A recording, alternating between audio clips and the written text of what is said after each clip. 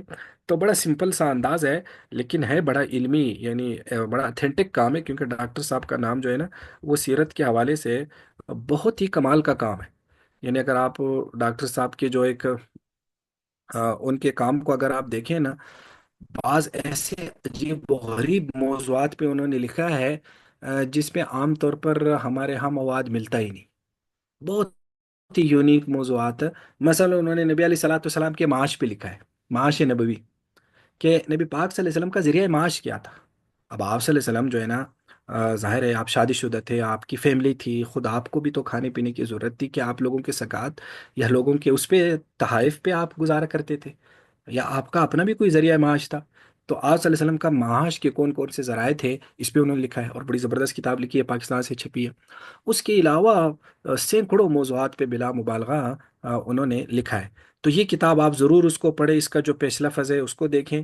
اور خاص طور پر اس کے شروع میں نا ڈاکٹر صاحب نے مقدمہ سیرت نبوی آغاز و ارتقاء، تو سیرت کا جو ایک جو اس کی تاریخ ہے، جو اس کی ہسٹری ہے، وہ ویسے ہم پڑھ بھی چکے ہیں، لیکن آپ اس میں بھی جب آپ پڑھیں گے تو اور بھی بہت زیادہ اس میں جو ہے نا آپ کو اس میں چیزیں نظر آئیں گی. یہ انہوں نے پوری علماء کے اور اس کے نام اس میں لکھے ہیں، آپ اس کو ضرور پڑھیں. یہ جو اس کا مقدمہ ہے نا کہ سیرت کیسے لکھی گئی اور کیسے اس کی جو مختلف پہلو ہے وہ کیسے لکھے گئے، تو اس کو آپ لوگ دیکھ لیں. تو اس کے بعد آپ نے یہ کرنا ہے کہ اس کتاب میں جو ہے نا یہ جو جن کتابوں کے میں نے نام لیے ہیں نا، تو وہ آپ کو اس میں نظر آ جائیں گے. اب دیکھیے اس میں انہوں نے عروہ بن زبیر کا کام وہ ہم پڑھ چکے ہیں اولین سیرت نگاری میں، ٹھیک ہے. تو اس لیے آپ اس کو اگر پڑھنا چاہیں تو پڑھ لیں، نہیں پڑھنا چاہے بھی تو ٹھیک ہے. عروہ بن زبیر کی کتاب المغازی، پھر محمد بن اسحاق، یہ دیکھو. اور پھر ابن ہشام ہو گئے. اور اس کے بعد دراصل جب آپ آگے جائیں گے تو سیرت ابن اسحاق و ابن ہشام، ان کا تو بڑا مفصل تعارف ہے، اور بڑی محنت کی انہوں نے اس پہ ان کتابوں کا. اور اس میں سے جو خاص طور پر بعض کتابوں میں جو فروق ہیں وہ انہوں نے، پھر سیرت ابن اسحاق ہے، پھر واقدی ہے، علامہ واقدی کا ہے. اور یہ تو ہم نے اولین سیرت نگاری میں پڑھا تھا، لیکن اگر آپ یہاں سے بھی پڑھیں تو اور زیادہ اچھا ہو جائے گا. پھر واقدی کی جو کتاب المغازی ہے، بڑا مفصل تعارف کرا ہے. پھر ابن سعد ہے.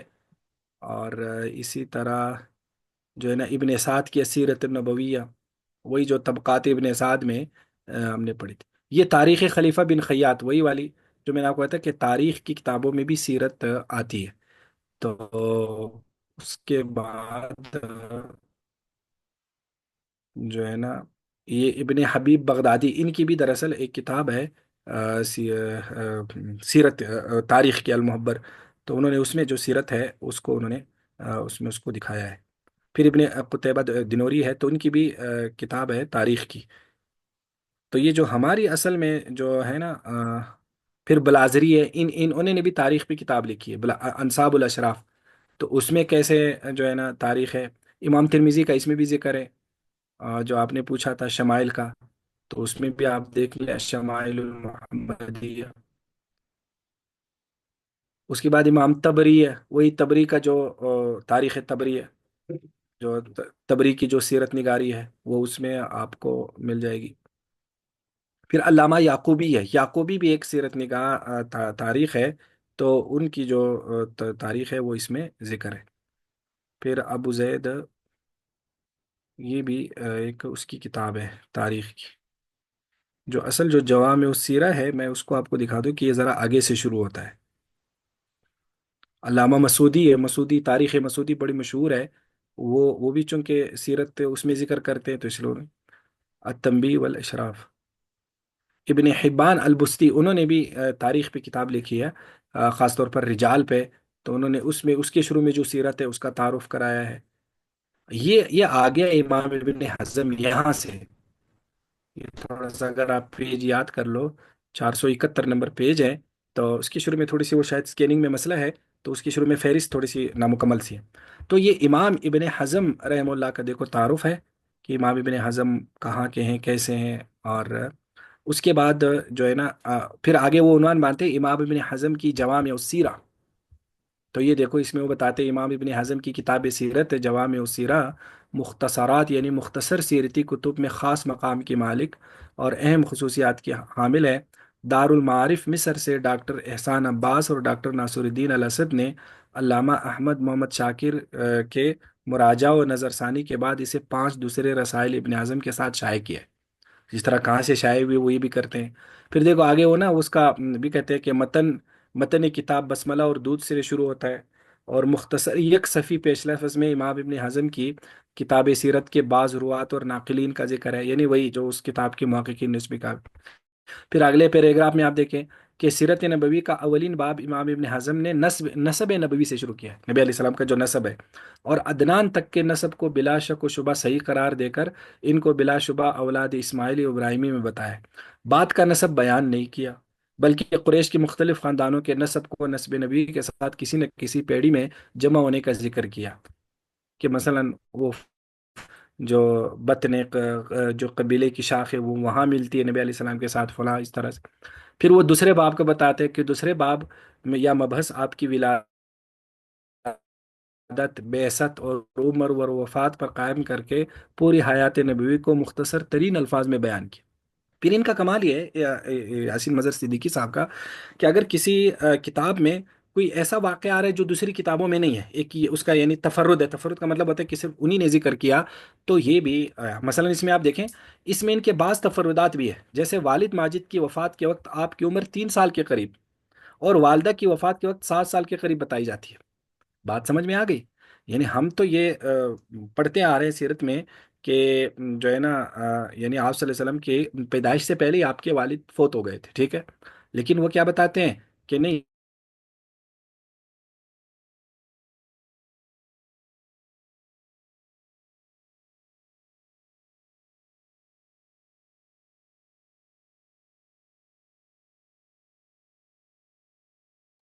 یہ آواز نہیں آ رہی استاد صاحب کی، آپ سب کو نہیں آ رہی؟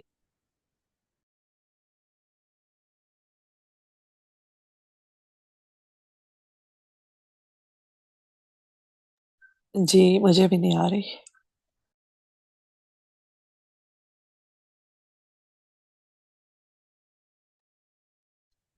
کسی کو بھی نہیں آ رہی۔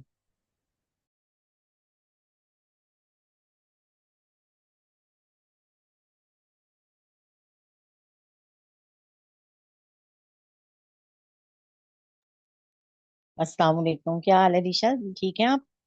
امام ابن حزم کے تفردات کا ذکر کر رہے تھے۔ ہاں تفردات کا، کہ اس میں دیکھیں یہ اگر کسی کتاب میں کوئی ایسی بات ہے جو دیگر کتابوں میں نہیں ہے تو وہ بھی ذکر کرتے ہیں، جیسے مثلا اس کتاب میں یہ ذکر ہے کہ والد ماجد کی وفات کے وقت آپ صلی اللہ علیہ وسلم کی عمر 3 سال کے قریب تھی، ٹھیک ہے، اور والدہ ماجدہ کی وفات کے وقت 7 سال کے قریب بتائی گئی ہے۔ یعنی یہ اس طرح سے ایک ایک بحث کا تعارف کراتے ہیں، مثلا اگلی سرخی وہ لگاتے ہیں اعلام الرسول صلی اللہ علیہ وسلم۔ اعلام رسول صلی اللہ علیہ وسلم سے مراد ہے کہ جو نبی علیہ الصلوۃ والسلام کی وہ جو علامتیں ہیں آپ کی نبوت کی، جیسے قرآن کریم ہو گیا، شق قمر یعنی چاند کا جو ٹوٹنا ہو گیا، اور اسی طرح کھانے میں برکت، انگلیوں سے پانی کی روانی، رمی تراب یعنی غزوہ بدر میں جو مٹی پھینکنا ہو گیا، یہ اس کا ذکر ہے۔ پھر کہتے ہیں ایک فصل آپ کے حج اور عمروں کی تعداد پر باندھی گئی، کہ قبل بعثت آپ نے متعدد حج اور عمرے کیے،